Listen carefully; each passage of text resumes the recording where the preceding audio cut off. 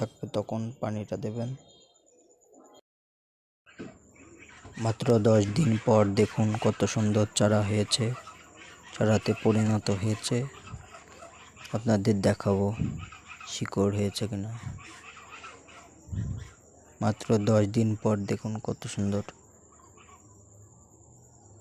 সুন্দর শিকড় বেড়াইছে দেখুন মাত্র 10 দিন পর।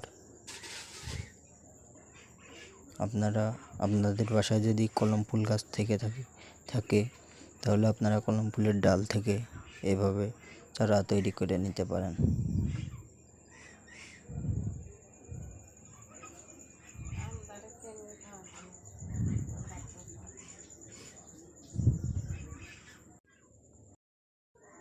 আমাদের ভিডিওটি যদি ভালো লেগে থাকে অবশ্যই লাইক, শেয়ার, সাবস্ক্রাইব করতে ভুলবেন না। আসসালামু আলাইকুম ফ্রেন্ডস।